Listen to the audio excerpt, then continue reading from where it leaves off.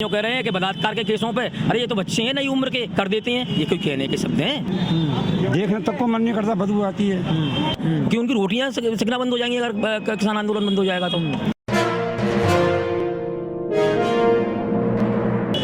नमस्ते, मैं हूं गजेंद्र सिंह और आप देख रहे हैं अखंड भारत टीवी।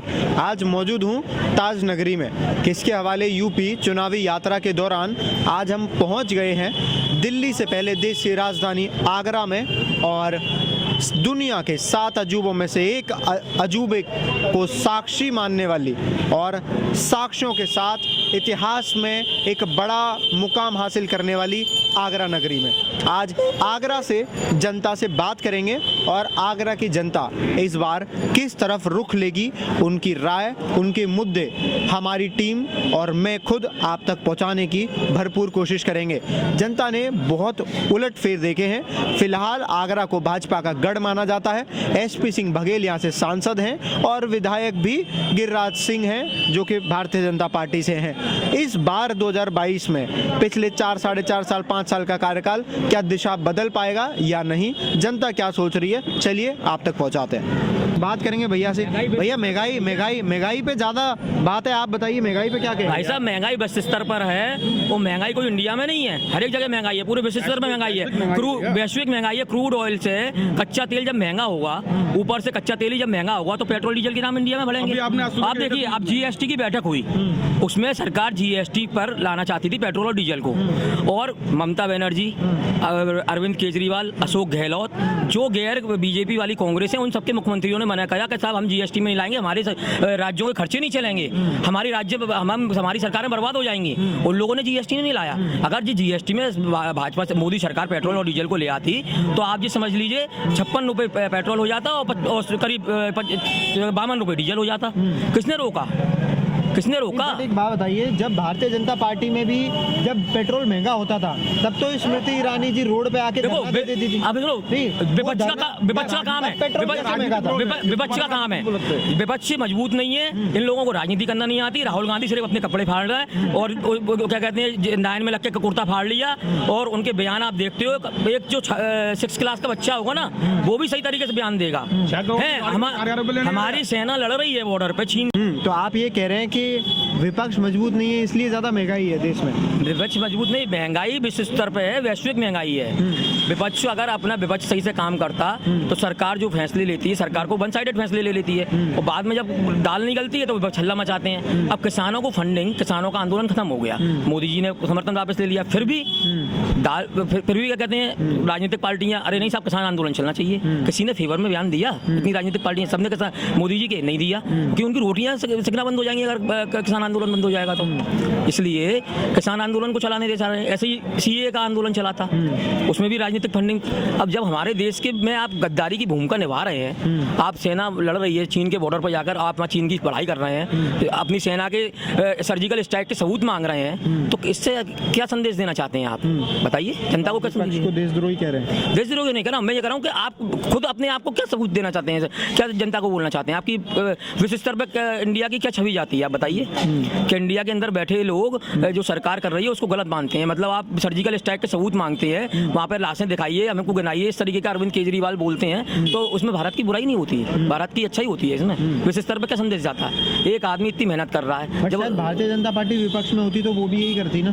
क्या वो भी यही करती? वो सेना का मान सम्मान, सेना के इतने जो सेना को इंस्ट्रूमेंट मिले हैं वो किसी सरकार में नहीं मिले, जो 7 साल के अंदर मोदी जी ने सेना का मान सम्मान बढ़ाया है। बट सेना कोई भी स्ट्राइक करेगी तो प्रधानमंत्री के इशारे पर ही करेगी ना? तो रक्षा मंत्री, प्रधानमंत्री और गृह मंत्री तीनों के उससे सेना चलती है। तो उनसे तो सवाल किया है। तो अरे जब पूरा देश, पाकिस्तान खुद कह रहा है इस बात को कि स्ट्राइक हुई है, फिर आप सवाल वो कर रहे हैं, ये कहाँ की नीति है आप बताइए?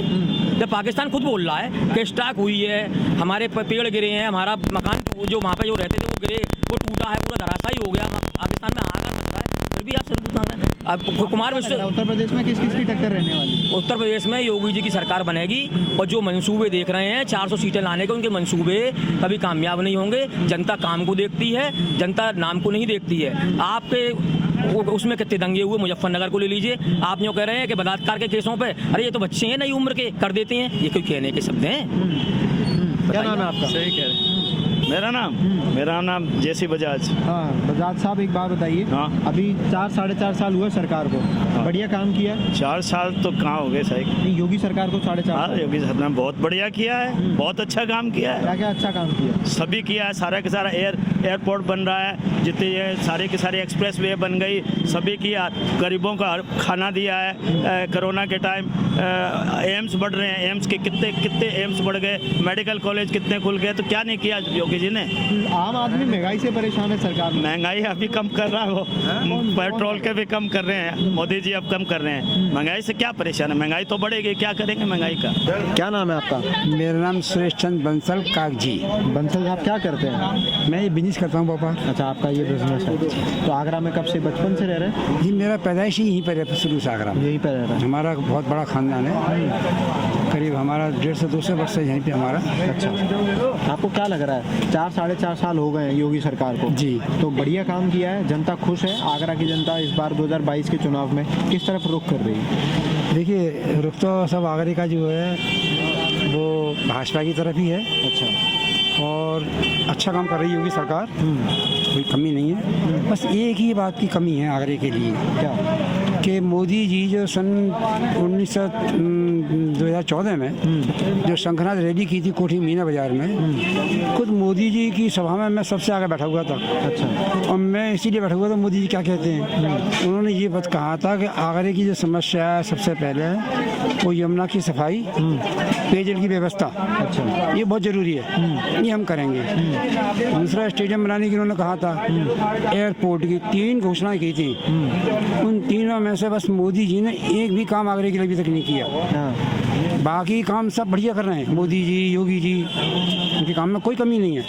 पर योगी जी ने भी आगरा में नगला पैमा में बांध बनाने का शिलान्यास करके चले गए, और रोते जी हैं कि धन नहीं है, धन नहीं है। यानी इतने धन की व्यवस्था यूपी में नहीं है कि आगरी जनता गर्मी में पानी के मारे त्राही करती है, परेशान हो रही है, पानी खरीद रही है, मगर यमुना की तरफ किसी का ध्यान नहीं है। आगरे ने 2 सांसद, 9 विधायक, 3 मंत्री आगरा के, एक का भी ध्यान जमुना की तरफ नहीं है। क्यों नहीं है? ये इतने सारे बीजेपी के लोग हैं, ये सब उदासीन बैठे हुए हैं। जनता का प्रेशर नहीं है या ये लोग डरते नहीं है जनता से? जनता क्या करे, देखिए आपको बताऊं मैं, जनता क्या करे, जनता कह तो सकती है, अखबारों में आता है, नहीं सुनते। तो मैं बताऊं आपको, मैंने लेटर लिखा खुद मैंने योगी जी को यमुना के बारे में, वहाँ से जवाब आया अनापत्तियाँ नहीं मिल रही हैं विभागों से। मैं ये पूछना चाहता हूँ योगी जी से कि योगी जी से बड़ा कौन है जो उनको ये आदेश देगा कि आप अनापत्ति, अरे योगी जी आदेश करें तो ये फौरन देंगे ये विभाग। योगी जी का लेटर आया है, देखिए मैंने लिखा था उनको, यमुना के बारे में लिखा था, उनका जवाब आया है ये।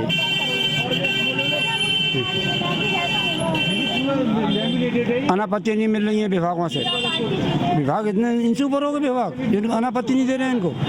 एक आदेश था तो अनापत्ति अभी दे, वही मानना है कि काम करना नहीं चाहते।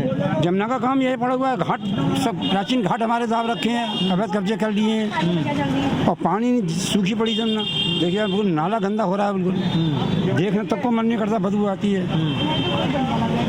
ये कोई काम ही नहीं कर रहे हैं। 9 विधायक, 2 सांसद, मंत्री सब हैं, सब कुछ कर सकते हैं ये, बस यमुना की तरफ उदासीन है ये। और आगरी जनता पानी है त्राही कर रही है, सबसे बड़ी समस्या ये है आगरे की, पानी की, यमुना की। हाँ। तो आपको क्या लगता है इस बार 2022 में जनता वोट से जवाब देगी या फिर से यही दोबारा तो फिर से यही आई सरकार? ऐसा क्यों? ऐसा इसलिए कि कोई विकल्प नहीं है और किसी पार्टी का। हाँ। कोई चेहरा नहीं है। अखिलेश विकल्प नहीं है? ये कुछ नहीं है, तो क्योंकि इनके राज में जो है सिर्फ गुंडागर्दी बढ़ी, लूटमार बढ़ी, चोरियां डकैतियां ये ज़्यादा बढ़ी इनके शासन में। इससे पहले जो शासन कर गए उनको बहुमत दिया पूर्ण सरकारों को, उन्होंने भी अपने पहले मायावती को पूर्ण बहुमत मिला, सरकार बनी जी, फिर हटा दिया, फिर अखिलेश को सरकार मिली, फिर योगी जी को मिली, अखिलेश जी किसी और को, या अखिलेश जी एक बात कह गए थे आगरा में, उन्होंने यूपी में कहा था कि आगरा में यदि मैं सत्ता में आया तो आते ही मैं टोरेंट को यहाँ से हटा दूंगा। ये कहकर बैठे थे और टोरेंट से जनता वो दुखी थी उस वक्त टोरेंट पावर से। लेकिन जब वो योगी सत्ता में आ गए बहुमत में, पूर्ण बहुमत में, तो सब भूल गए। इसलिए वो भी सत्ता से गए। तो आगरा को हर बार सत्ता भूल जाती है। सत्ता भूल जाती है। इस बार यूँ नहीं भूलेंगे इस योगी जी को। इनमें कुछ अच्छी बात है। भाई एक कमी यमुना की मैं तो कर रहा हूँ शिकायत, और वास्तव में मेरा कहना भी सही है कि यमुना की दुर्दशा बहुत ख़राब है इस वक्त, मैं बार बार कहूँगा। तो उसका जनता तो खैर क्या जवाब देगी, जनता का विकल्प कुछ और ही नहीं है जनता के लिए तो, सिवाय योगी जी के लिए और मोदी जी के लिए।